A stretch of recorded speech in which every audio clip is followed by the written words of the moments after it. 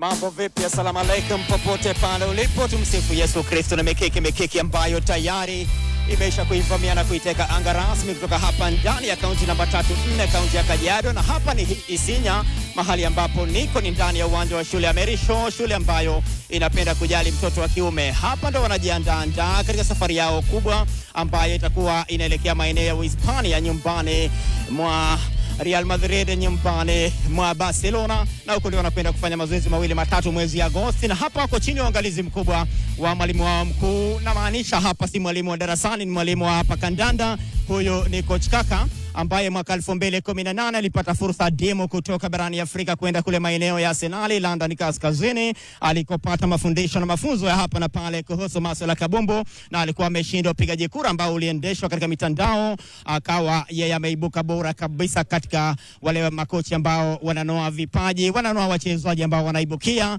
talanta chipukizi, na ndo nafasi ambayo alienda kula akapata mafundisho, akarejea nyumbani. Leo hii anarudisha mkono kwenye jamii, ananoa wachezaji ambao tayari umri wao ni mdogo. Anataka hapa angalau siku moja, siku mbili, siku tatu, siku nne, siku tano tuwe na wachezaji ambao watakuwa katika timu ya taifa kabumbu, Harambee Stars, ima katika Rising Stars, na labda katika timu sini ambayo kwa sasa iko katika maeneo ya Kigali, jijini Kigali, maeneo ya Rwanda, nyumbani mwa Paul Kagame, rais wa pale, ambapo jana Harambee Stars imelala mikononi mwa Estonia ikifungwa yakiwa ni magoli 4-5 kupitia mikwaju ya matuta, baada ya mtanange ule kutamatika ukiwa ni sare ya goli 1-1, akifunga Ryan Gam katika kusawazisha, na awali ya yote wakashindiwa mikwaju ya matuta, lakini bado wangali kule katika mitanange mikubwa ya shirikisho la mpira miguu, ikiwa ni dunia, ikiwa chini yake Rais Gianni Infantino. Wamepanga mambo kwenye mpangilio mzuri kabisa, timu ambazo ziko katika orodha yake, katika timu bora, ile orodha ambayo kiukweli kama mko namba 105 mchezo na namba 106, 107, 108 katika kuelekea kukuza kabumbu ule mangone. Kwa hiyo kikubwa na chamuna ambacho kimetuleta hapa ni masuala mazima yakiwa ni ya kabumbu ya kukuza talanta, kabumbu ya kulea vipaji ndani ya shule ya Merisho. Na hapa nataka kwa haraka upesi niweze kumleta ndani mwalimu mkuu ambaye ni mwalimu upande wa soka, ni coach ambaye anafanya mambo makubwa kabisa. Huyo ni Coach Kaka, aniibia siri mawili matatu, mambo yanakwendaje, na hasa kikubwa anachokifanya hapa ndicho kipi. Coach, karibu sana kwa mikiki. Asante sana Makweli, of course imekuwa ni muda mrefu sana tangu tuonane, but yes, karibuni sana Merisho. Hapa ndio pale ambapo tunafanya kazi, kama vile tunavyosema kwamba sisi tunapenda kuwa kwa grassroots. Of course top level football tumecoach, so nafurahi sana saa zile na deal na vijana wadogo, kwa sababu hapa ndio foundation ya football inafaa kwa tunaitilia manani sana. Coach, hasa turudi nyuma, mwaka 2018 umekwenda jijini London kaskazini, nyumbani mwa Arsenal, na pale ukapata mafundisho mawili matatu. Hasa kikubwa ulichokipata kule ukarejea nyumbani kukuza talanta kiasi hiki ni kipi? Of course nashukuru sana kwa sababu ilikuwa ni nafasi ambaye watu wengi sana wangepata, lakini ilikuwa ni bahati kwangu that nilipata nafasi kwenda pale Arsenal. Of course nashukuru kwa sababu nilipata mafunzo mengi na experience mingi, nikaona structures zile ambazo kwamba pia zinatumika pale kujaribu kulea wachezaji. So naweza sema of course nilikuja na knowledge of course ilikuwa sikukaa nayo, apart from pia kukocha vijana, pia of course nimeshare pia knowledge yenyewe na makocha ambao na wako na wao. So naweza sema ilikuwa ni trip ambayo nilifaidika sana, na ndio maana unaona niko hapa kwenye hii shule ambao nimepatana na wao kuweza kunoa vijana ambao wako hapa kwa shule ya Merisho. Hapa mnajiandaa kwa kipi huu mwaka? Of course hii shule yetu iko na program mingi sana, na sisi tuna aim high every time, kwa sababu mwaka 2 ambazo zimepita tulikuwa tumeenda pale Spain kwa ile Nastic Academy. So tulienda pale, of course kuna vijana wawili walichaguliwa. Sasa hizi tunazungumza kuna vijana wawili wametoka Merisho wako pale Nastic Academy. So mwaka huu tumepata pia invitation kwenda pale Huesca ambaye ni Spain. So pia tunajiandaa mwezi Agosti, ambaye of course mwalimu ambaye ana communicate na wale majamaa kutoka pale Hispania ataelezea zaidi kuhusu ile nafasi ya kwenda kule, but of course tunajiandaa kwenda Spain.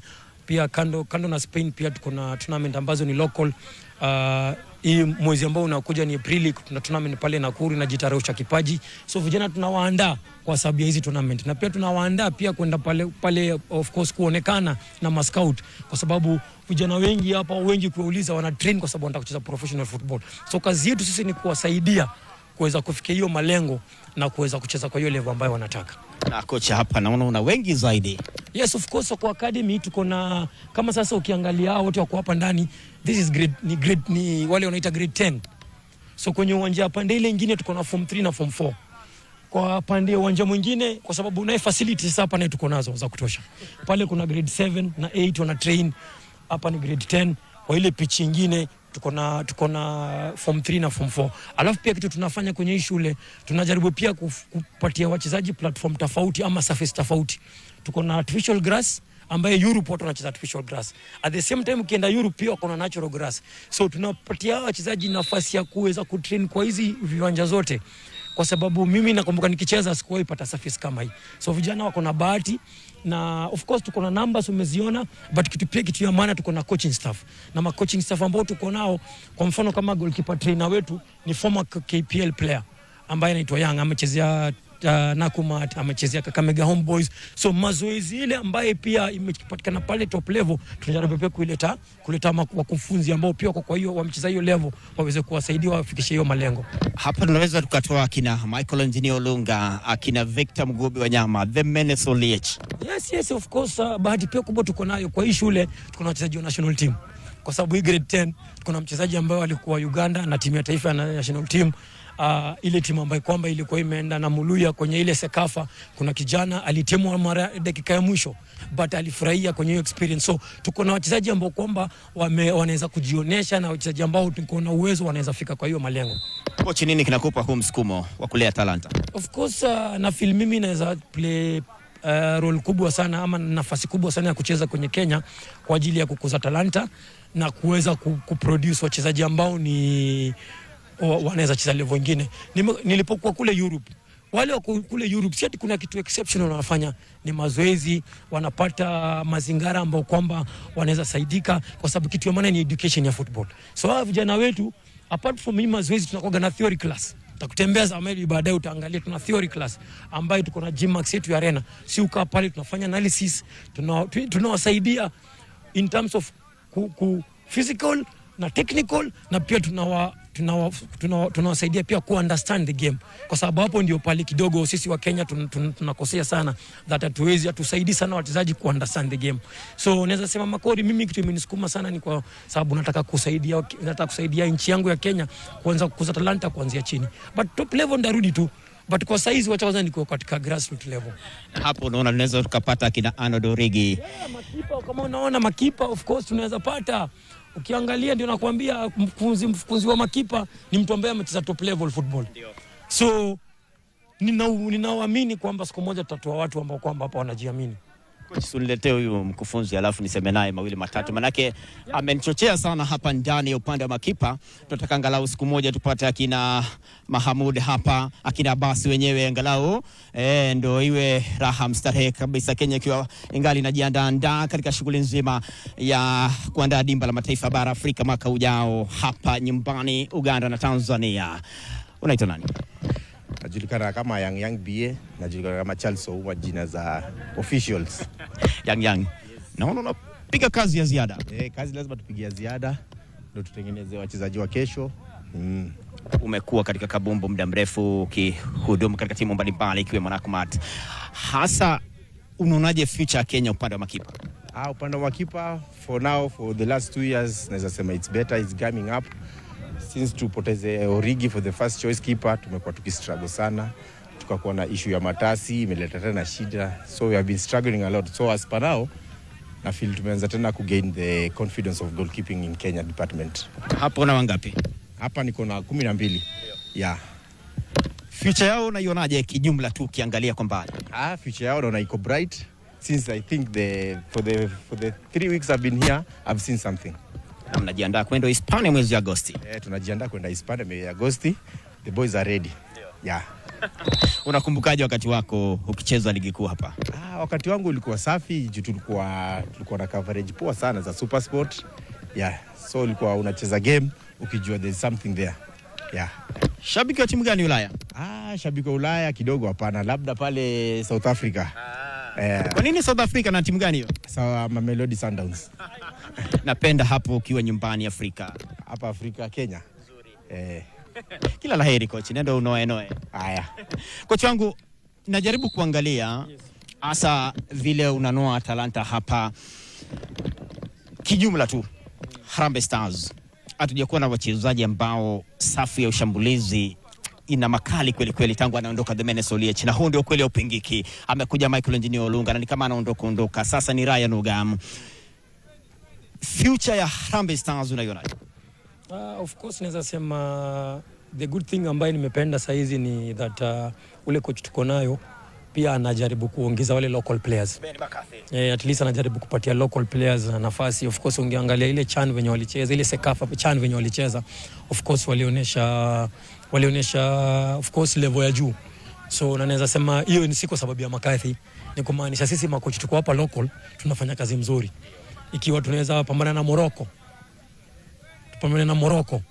kwa CHAN na tukafika mpaka karibu tulifika semi-finali, ni kumaanisha wale local coaches quarter final, kumaanisha wale local coaches watu wajua wanafanya kazi hapa chini.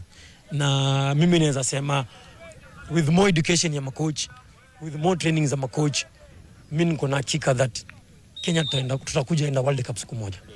Na jana wameshinda na Estonia magoli 4-5 kupitia mikojo matuta baada ya 1-1. Yeah, of course niliangalia game na of course hatukucheza vibaya.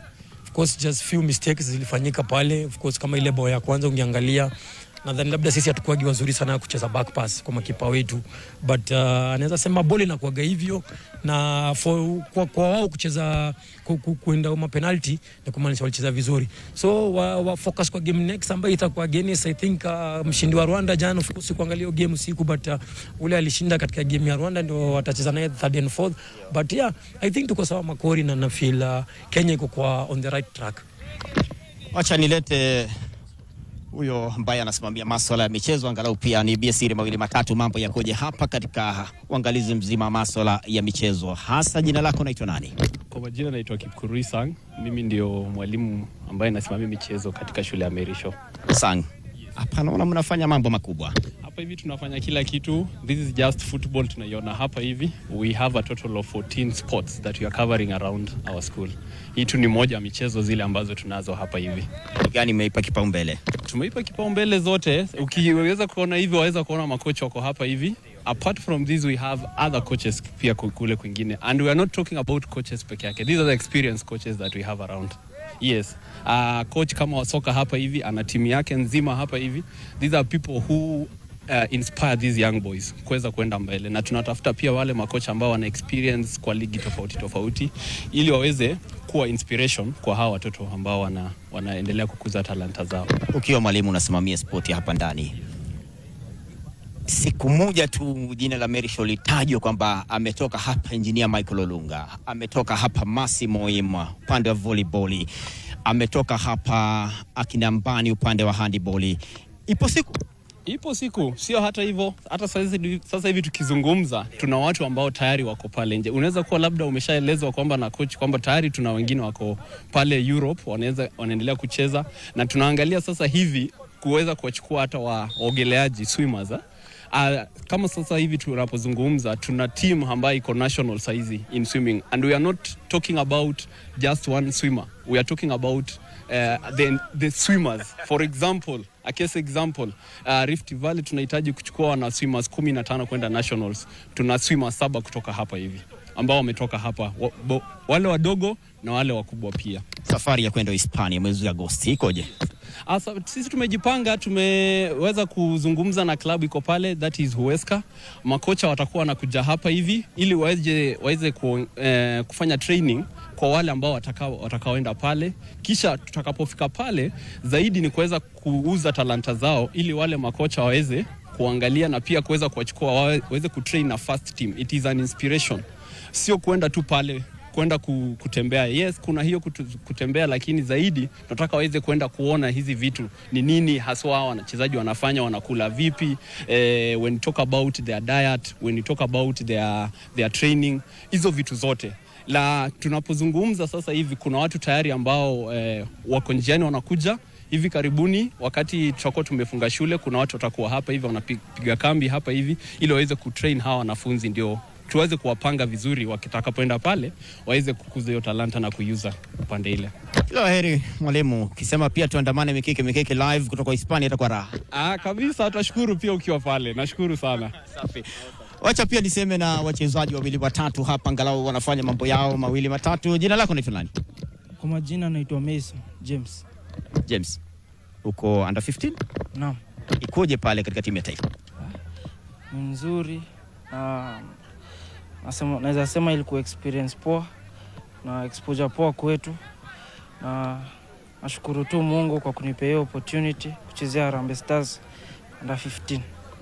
Ndoto ni gani katika soka?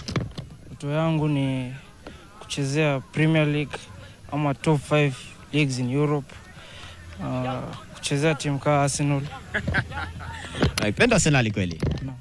Msimu Arsenal mnaendea kombe la ligi kuu, ligi ya mabingwa Ulaya, kombe la FA, Carabao imeshaondoka. Zote tunachukua. Walai. Mchezaji yupi ukimwangalia unasema huyu ndi role model wako? Role model wangu ni Eberichi Eze. Kwa nini Eze? Napenda venye anakuanga na composure kwa ball na venye tu anachezanga. Nasema siku moja pia nafasi ikija uitumikie si under 15 tu, uende senior, angalau pia ufanye mambo makubwa. Safu gani unacheza? Nachezea Sakata, academy inaitwa Sakata. Hapa nyumbani? Naam. Position gani? Midfielder number 8 mid. Kwa unasema siku moja pia tukuone Harambee Stars? Naam.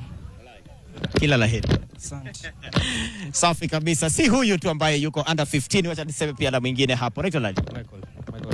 Michael, uko gani Harambee Stars? Kwa under 17 Harambee. Under 17. Unaonaje future yako ya soka? Future yangu ya soka naona ikiwa mzuri. Naona kila siku nikipiga mazoezi na naweza kuimprove. Safu gani unacheza? Nacheza striker number 9. Striker, jina lako Michael, sawa na Michael Engineer Olunga, somo wako. Labda siku moja pia uvae viatu vyake Engineer? Kama Mikel Essien au nawatambua sana. Naam. Na hapa Mary Show, wao wanakusaidiaje? Mazoezi ya kila wiki na ninapata kama inanisaidia mimi kuimprove vile ninavyocheza. Naam. Shabiki wa timu gani Kenya? Manchester United. Kenya. Nairobi United. Siku moja pia upate nafasi kule kwa coach Solo? Naam. Na mbona Man United? Mbona Man United? Na feel to Man United timu nzuri. Naam. Siku moja tu pia usiwe tu shabiki, ucheze huko. Naam. Nina hiyo ndoto. Ila la. Asante. Kabisa. Kali wachezaji ambao wana ndoto kubwa. Anasema siku moja pia nataka awe kama Michael Engineer Olunga. Anamtambua Michael Essien. Majina anaoana tu, hao ni somo wake ambao pia wanafanya mambo makubwa kabisa. Na ukiangalia tayari wanaanza kujipanga angalau kucheza katika ndogo si kubwa ndogo.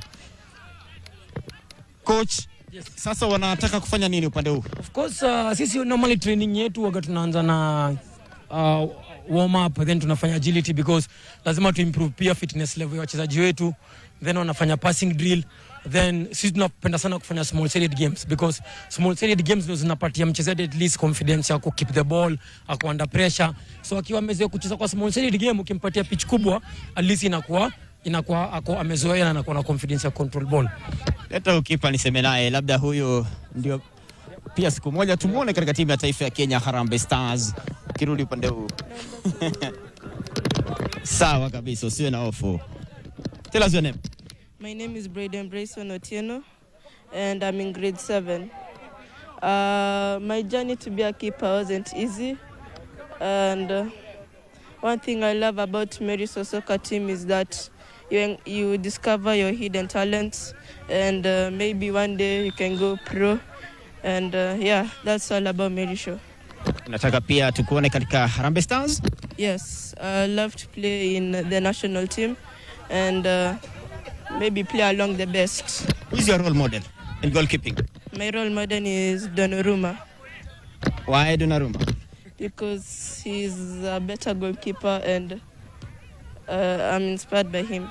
You won Carabao Cup, Manchester City. He didn't play, but he was in the bench. But I believe if he played, he will not get scored. Na hapa Kenya, who is your role model Kenya? My role model, Akina Nodorigi, kina Matasi wamekuwa pale, akina Ian Otieno sasa. yeah, Otieno. Ian Otieno, Yeah, because he's a good player. Yeah. All the best. Coach, unataka kufanya nini? So sasa sisi kila mwezi tunakuwa na player of the month kwa kila class. So leo someni hapo kwanza. So hapa niko na player of the month wa grade 7 ambaye ndo alikuwa goalkeeper. So akona bahati yeye, wengine walichukua trophy but hawakuwa live. So yeye akona bahati at least leo anaonekana. So wacha nichukue nafasi hii kumkabidhi kikombe yake. Then labda unaweza muuliza anajisikiaje ameshinda player of the month hiyo. Hebu geuka hivi ukiangalia kwa hii kamera. Una feel aje? I feel great and I hope I'll win more awards in the future. Hii ni mwanzo tu. Yes, it is. All the best. Acha tuone mengine hapa. Coach, leo umeamua Mchezaji wa pili ndio ambaye ni TNT. Tani hivi. Muonekane mbele ya umma. So TNT amechukua player of the month of March, mchezaji bora katika mwezi wa Machi. So yeye ndio mshindi. Yes. Na hii inakumotisha kiasi gani? I feel good. It's a good experience winning the player of the month. Yeah, Na which position do you play? midfielder. Unataka kuwa kama nani? I want to be like Haaland. Even though he's a striker, I just want to be like him. Kwa hiyo Haaland ndio unamwangalia sana, unataka siku moja uwe kama yeye. Yeah, naam. Na hapa Kenya unataka uchezee timu gani? Harambee Stars.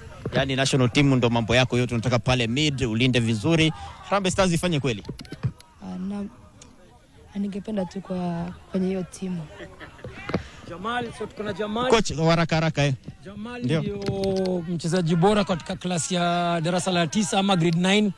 So player of the month match. Congratulations. Yes. Jamal, how does it feel? Kiangalia hapo. It's an honor to win the Player of the Month grade 9. I've been wanting to, and I just thank God for everything. Timu gani unataka uchezee siku moja? Liverpool. Why Liverpool? My childhood club. I used to support it when I was a kid. Yeah. All the best. Thank you. Coach, ya mwisho ndio tuende mapumziko. 10 ama grade 10 player of the month ilikuwa ni super defender wangu. So congratulations na uendelee kwa nini hiyo. Unaitwa nani? My names are Austin Ayub from grade 10, and I really appreciate God because God is the one who has made me to become the player of the month for this month match. Yeah, and I really appreciate my coach from TTA, True Talents of Africa, Coach Roy. He's the one who has motivated me and helped me every day to grow. And I came to Mary Show. Coach Kaka has polished my skills each and every day. I'm getting better and better, and I really appreciate my family members for all the motivation they gave me and the equipment they made for me to keep on improving. Yeah. All the best. Thank you. Ndio hiyo mikiki tunakwenda mapumziko sasa, alafu turejea katika kipindi cha pili. Namuona kwa mbali mtoto wa Rege pia anapasha ulimi wake moto kwa heshima kubwa ya raundi ya pili ya mwisho.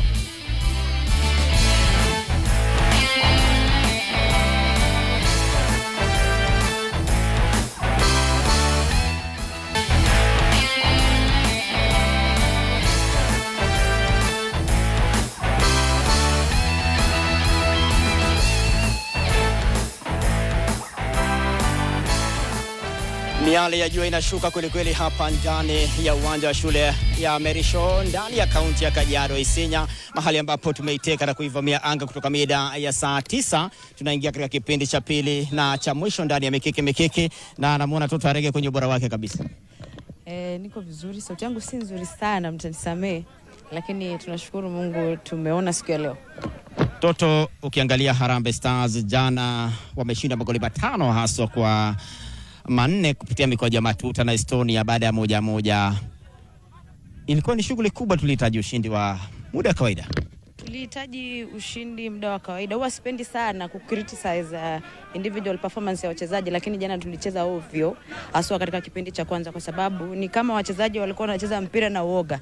Lakini angalau katika kipindi cha pili tuliona mabadiliko. Na ukiangalia katika kikosi cha kocha Benny McCarthy, wengi wameanza kuuliza huyu kocha kweli atakuja kutusaidia katika mashindano ya AFCON 2027, kwa sababu alifanikisha CHAN mwaka ujao ni mashindano ya AFCON 2027.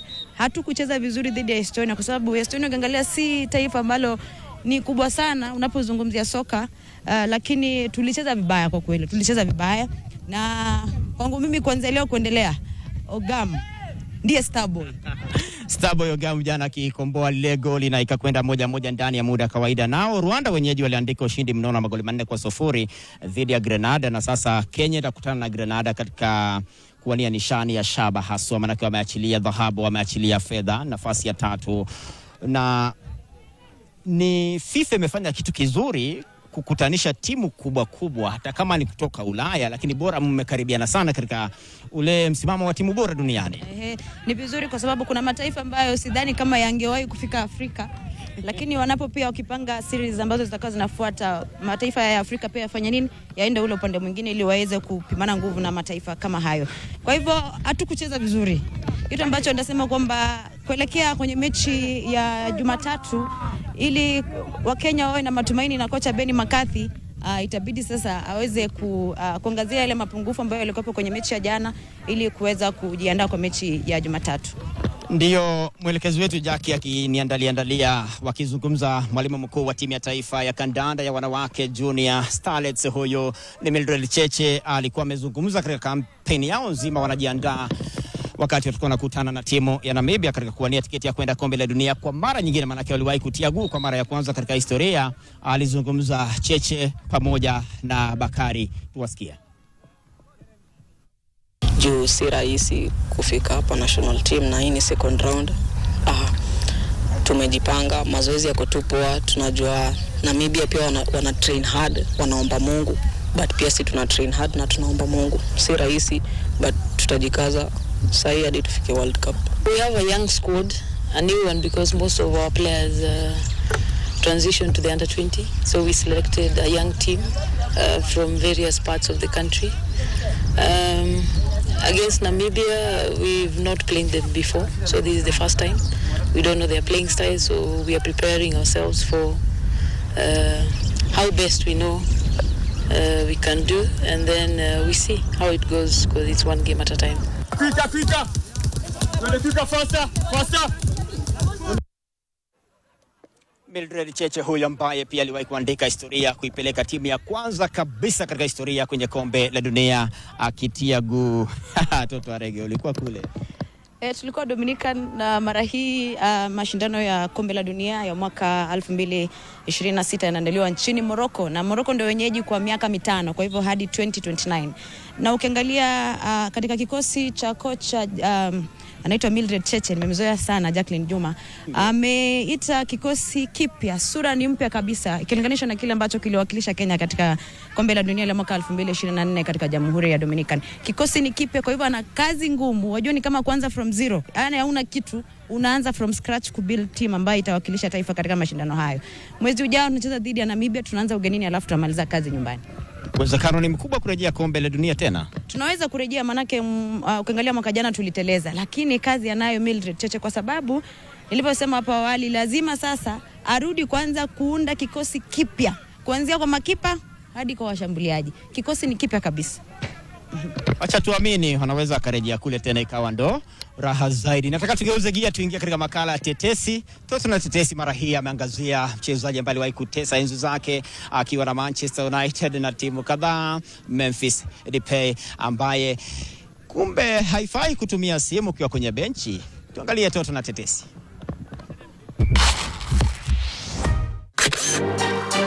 Mshambuliaji wa Corinthians Memphis Depay anaweza kusimamishwa kwa hadi mechi 6 baada ya kutumia simu yake ya mkononi akiwa kwenye benchi wakati wa mechi ya ligi kuu ya Brazil. Mchezaji huyo wa zamani wa Manchester United alirekodiwa na kamera uwanjani akitumia simu wakati wa sare ya bao moja dhidi ya Flamengo wikendi iliyopita. Kisha baadaye alionekana akionywa na kocha wake na mara moja alionekana akirudisha simu yake mfukoni. Depay mwenye miaka 32 ameripotiwa kwa mahakama kuu ya haki za michezo baada ya kushtakiwa chini ya kifungu cha 258 cha kanuni ya haki za wachezaji ya Brazil ambayo inatoa adhabu kwa wale wanaotenda kinyume na maadili ya michezo. Katika malalamiko hayo ambayo yameripotiwa katika gazeti la Brazil la UOL, tabia ya Depay inakiuka majukumu ya wanamichezo ya uaminifu na nidhamu. Kanuni hizo zinasema kwamba tabia ya wanamichezo maarufu ina uwezo mkubwa wa kushawishi tabia, uwezekano wa kuhalalisha matumizi ya vifaa vya elektroniki kwenye benchi ambayo itadhoofisha udhibiti wa kinidhamu, kuunda fursa za mawasiliano yasiyofaa na kutoa ugumu wa ziada kwa waamuzi na waandaji katika kutekeleza sheria. Adhabu ya hatia ni kusimamishwa kwa mechi 1 hadi 6. Depay alikuwa ametolewa nje katika dakika 22 ya mchezo kutokana na jeraha la paja. Alisema baada ya mchezo kwamba alikuwa akiwasiliana na madaktari wa Uholanzi kuhusiana na jeraha lake. Depay ambaye ni mfungaji bora wa muda wote wa Uholanzi alikuwa tayari ana jeraha la goti, lakini bado aliitwa kwenye mechi za kirafiki za timu hiyo dhidi ya Norway Ijumaa iliyopita usiku na Ecuador Jumanne ijayo. Depay alijiunga na Corinthians mnamo Septemba mwaka 2024 kutoka Atletico Madrid baada ya kutumikia United, Lyon na Barcelona. Tangu kuhamia Brazil amefunga mabao 20 na kutoa assists mara 15 katika mechi 77 katika mashindano yote. Toto na tetesi. Mikiki NTV.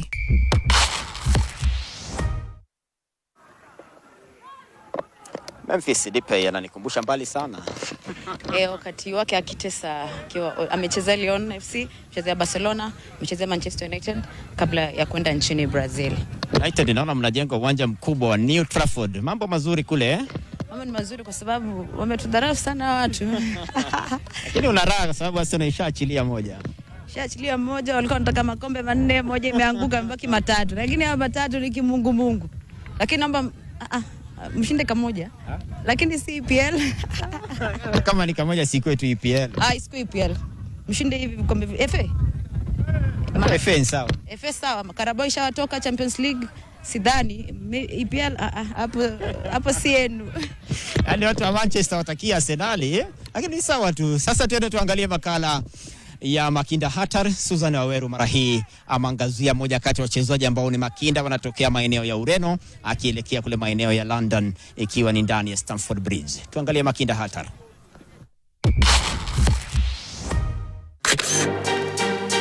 Udhibiti wa mpira uliotukuka na ujasiri wa kuvamia mabeki bila uoga, Giovanni Kenda si tu winga wa kawaida bali ni ishara ya kizazi kipya cha wanasoka wanaobadilisha mchezo mapema kabisa maishani mwao.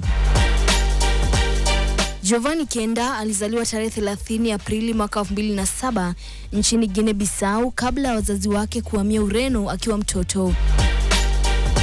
Alianza safari yake ya soka katika mitaa ya Madora akijiunga na klabu ya Damains kabla ya kuvutia macho ya miamba wa Ureno Benfica.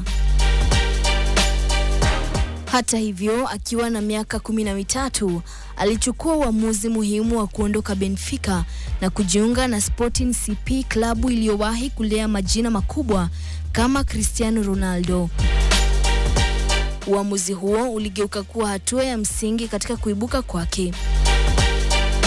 Akiwa katika klabu ya Sporting, Kenda alionyesha uwezo wa kipekee mapema.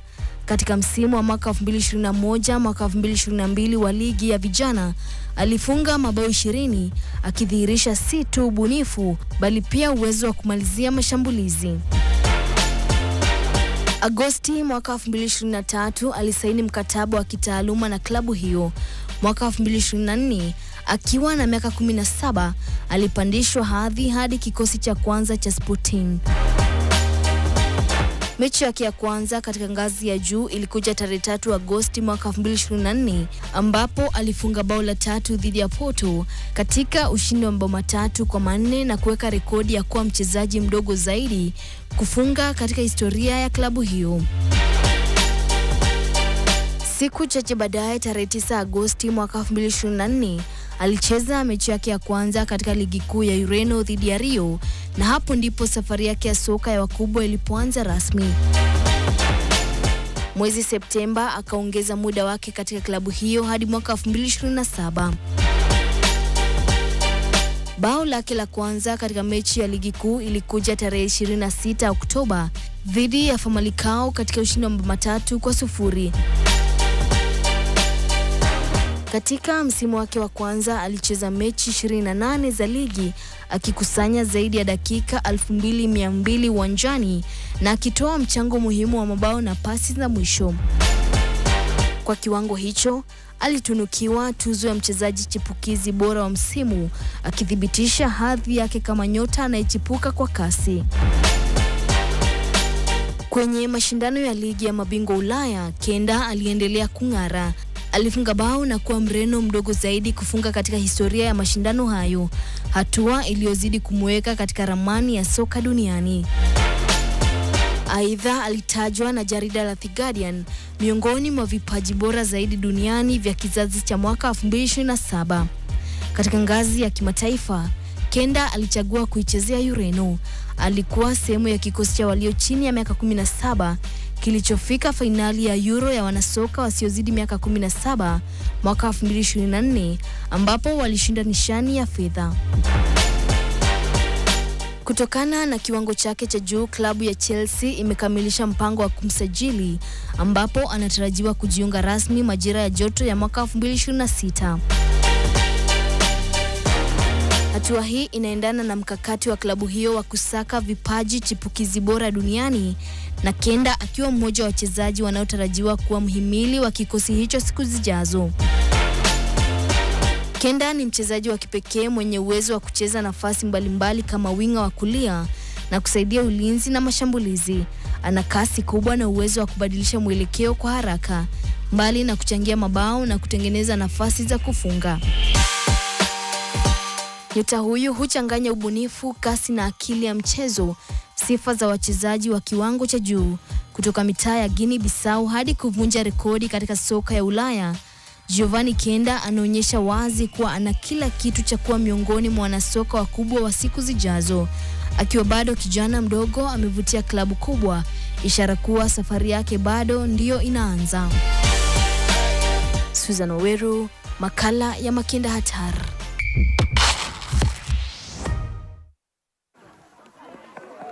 Tuachie mbali masuala ya Makinda Hatari, tuingie kwenye magazeti. Taarifa kuu ndani ya magazeti, na tukianza na Taifa Leo. Mwanaspoti likiwa liko ndani kwenye ukurasa wake wa 1-3 ukipenda 13, na ni ukurasa wa mbele ambao unaashiria unataka kupata nini ndani. Kikubwa kilicho pale ni nani atatoshea viatu vya Salah akiondoka Liverpool. Nyota huyo wa mafarao wa Misri akiwa na umri wa miaka 33 ataondoka Liverpool akiwa ametua mataji kadhaa, akiwa ameshinda kombe la ligi kuu ya Uingereza msimu wa corona. Baada ya miaka 30 kusitisha huo ukame, wakaja tena wakashinda taji la ligi ya mabingwa Ulaya akiwa chini ya mwalimu wake mkuu ambaye ni Jurgen Klopp wakati huo. Lakini sasa Arne Slot itabidi ajipange majira ya joto. Alafu Avril anasema hii AI ni sumu kwa taaluma ya wasanii. Huyo ni msanii mtajika wa hapa nyumbani, Avril, akililia masuala ya AI. Alafu pia ni kufa kupona shujaa na Lionesses wakipambana katika raga za dunia kule Sao Paulo nchini Brazil, mkondo wa 3 huo katika harakati ya Kenya kuwania tena kurejea katika ligi ya juu. Alafu star wa wiki ni Katasi ambaye ni mlinda mlango nambari 1 wa Ingwe, amekuwa ukuta na muhimili mkubwa kuelekea katika Ingwe kuwania kutamba, lakini wameshakubali matokeo. Gor Mahia taji la 22 inanukia, na huo ndio ukweli. Tuingie ukurasa wa 14 na hapa ndipo naona imeandikwa kwamba nani atatosha viatu vya sala. Hiyo taarifa yote sasa iko ndani ikiwa imeandikwa na mashirika. Kufa kupona kwa timu ya taifa Shujaa ambaye ilishuka daraja, lakini mara hii tena wanapania makuu angalau kurejea tena kule juu kutesa kwenye ligi ya juu ya dunia, iko ndani ya ukurasa wa 14. Taarifa kuntu imeandikwa na Yumba Yodi. Tusonge kwa sogora wa wiki, kurasa ukiwa ni wa 15 na hapa ndipo wamemwangazia ukuta wa klabu ya Chui ambaye ni mlinda mlango nambari 1 Katasi. Taarifa iko ndani pia imesuka kweli kweli na Cecilio Dongo. Na Dominic Ombok amesema kwamba huyu teenager ana ndoto kubwa ya kuwika riadha za kimataifa. Amemwangazia kijana ambaye ni Almeric Ochieng ambaye pia na ndoto kubwa katika ulimwengu wa riadha. Tusonge zaidi, tuingie katika ukurasa wa mambo muhimu, vituko vya mastaa. Mambo yako haya. Yokres na Ines wameanza kusongeleana tena karibu. Wanasema kama washawahi jifunika blanketi mmoja, achia hayo. Watarudiana tu. Garnacho aomba koti msamaha kwa kuvunja sheria za trafiki Manchester. Lakini hao wachezaji huwa sana wengi, kwanza hawa soka hizi sheria wanazivunja sana. Ni washirika wa yale mambo yaliyobadilishwa maji yakawa mvinyo. Ndio mambo yao hayo. Alafu imeandikwa taarifa kuntu hapa katika ukurasa wa 17 yake Avril, msanii ambaye pia na mfagilia sana, anafanya mambo makubwa katika nyimbo zake. Anasema AI huenda ikazima ndoto za mastaa wa muziki miaka ijayo. Taarifa pia ambayo utaipata hapo ndani, uburudike kweli kweli. Lakini pia aliyekuwa nahodha wa timu ya taifa ya Kenya Harambee Stars Victor Mugobi Wanyama amekubali amestaafu kandanda ya kimataifa. Kwa hiyo tena tusimuhesabu tena katika timu ya taifa ya Kenya Harambee Stars. Alitesa wakati wake na heko sana kwa Victor Mugobi Wanyama. Ndugu yake watoka nitoke McDonald Mariga, naibu rais shirikisho la mpira miguu Kenya. Turuke kabisa tuingie katika ukurasa wa 19 na hapa ndipo aliko yule kijana aliyeitesa na kuizima ndoto ya Arsenal ya kuendea kombe la Carabao akifunga magoli mawili muhimu Jumapili iliyopita. Nico, unajua ana miaka 21 kama sijakosea. Ndio. Lakini kama kuna mtu ambaye wamtaki sana mashabiki wa Arsenal ni huyu dogo hapa. Hata wewe umtaki. Mimi yuko sawa. Kwa hiyo unafagilia pia jirani Manchester City Ukurasa wa mwisho ni 20. Hapa ndipo pia wameangazia nyota wa Arsenal Gyökeres ambaye ameibeba Uswidi Italia kinusia tiketi ya kwenda kombe la dunia. Ni ule mchujo wa kuwania kwenda kombe la dunia mwaka huu mwezi Juni na mwezi Julai, mahali ambapo pia itakuwa ni shughuli nzima kule Amerika, Mexico na Canada. Tuchupe tuingie katika ukurasa muhimu ama gazeti muhimu la Saturday Nation. Lakini kabla ya kuongezea gazeti la Saturday Nation, nasema kwamba Gyökeres akifanya hivi huwa haoni goal post, ndio maana huwa afungi sana katika wewe acha. Na tukiangazia gazeti la Saturday Nation, gazeti la leo, ukiangalia hapa Victor Otieno anasema kwamba Hayange gives Dakar Preps the thumbs up. Mashindano ya Afrika yanaelekea mjini Dakar nchini Senegal na zile preps zimeanza. Na upande ule mwingine Laringala ameandaa taarifa ya golf, anasema what Kenyan juniors can learn from South Africa's golf system. Kenya ilifanya vizuri katika mashindano haya ya golf ya chipukizi. Afrika Kusini walichukua ubingwa wa mashindano haya, alafu Kenya ikamaliza katika nafasi ya pili. Kwa hivyo hatuko vibaya. Riadha, soka tunajipanga vizuri, alafu golf pia naona tumeimarika. FKF Women Premier League match boycotts loom. Ni taarifa ambayo nimeiandaa mwenyewe. Na ukiangalia kulikuwa na boycott katika mechi za ligi kuu ya wanawake. Mechi za ligi kuu ya wanawake ziliweza kuwa boycotted na timu wiki 2 zilizopita, wakisema kwamba FKF haijaangazia masuala ya wanawake, na hivyo ni masuala ambalo bado linaendelea kuangaliwa kwa katika siku zijazo. Pia kuja kuwa na mdhamini ni mambo ambayo yameisumbua ligi ya wanawake hapa nyumbani. Kwa sababu ukiangalia wachezaji hawa mshahara mwisho wa mwezi wanapata kama shilingi 1,000 ama 2,000 kwa mwezi. Na imagine mtu amecheza 90 minutes mwezi mzima alafu nyumbani anaenda na 1000 shillings. It's so unfair to the ladies. Kwa hivyo natumai FKF watakuwa wanaangalia swala hilo kwa kina. Upande ule mwingine ni why 2026 FIFA World Cup is already out of reach for colorful African fans. Kwa hivyo mashindano ya kombe la dunia ni pilika za maandalizi ya kombe la dunia ambayo yataandaliwa nchini Mexico, Marekani na pia Canada. Na upande ule mwingine ni FKF Premier League, points hungry Leopards prey on Sharks at Nyayo. Ukurasa wa 31. Ukurasa wa 31, na taarifa hiyo imeweza kuandaliwa na Victor Otieno. Nyuma ni Kenya Sevens fight to keep alive hope of promotion in Brazil. Nimeweza kuangazia taarifa hiyo katika gazeti la Taifa Leo. Katika mashindano ya HSBC ambayo yaliandaliwa hapa jijini Nairobi, hatukufanya vizuri sana, lakini pia tunapigania kupata nafasi ya kuweza kurejea katika ubabe wa raga duniani.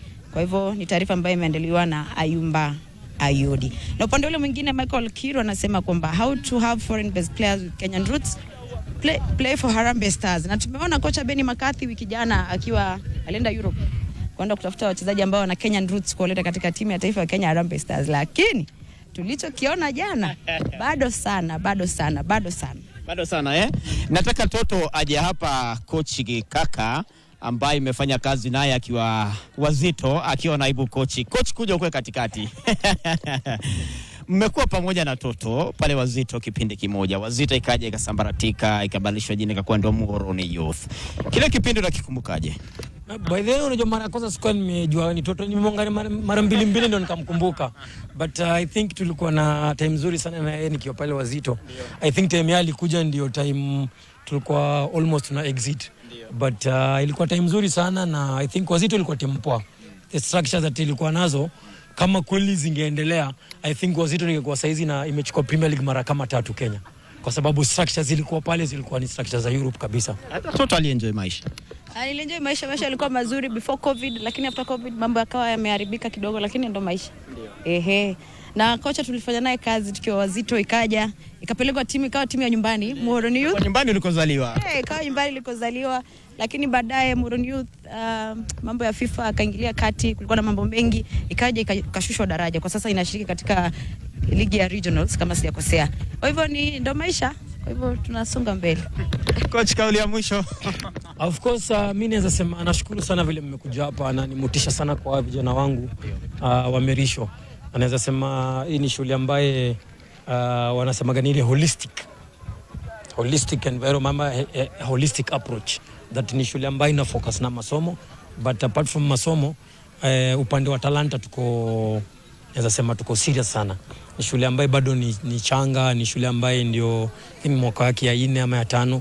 So mimi nina matumaini that miaka zingine mingi zinakuja hapo mbele tutakuwa na wachezaji wengi national team. Sasa hizi tuko na 2 watatu, tunashukuru kwa sababu pia kwa national team wachezaji ni wengi Kenya mzima. So naweza sema nitajaribu kuwasukuma na niko na hakika that time mwingine ukikuja hapa timu ya taifa itakuja kutrain hapa because tutacheza friendly match na wao. So tunashukuru sana. Ndio itakuwa raha zaidi. Asante sana coach Kaka. Tukutane Hispania. Asante. Awe funga kazi alafu tuibie siri. Sasa kabla tulete goli la siku ndo tukuache nalo na kuibia siri kwamba katika maisha kama ufurahii mahali upo. Songa, wewe sio mti hujapandwa. Nenda tafute raha, maisha mafupi. Enjoy. Mungu ajalie tuonane tena inshallah wiki ijayo. Kwa heri ya kuonana. Ndio hivyo.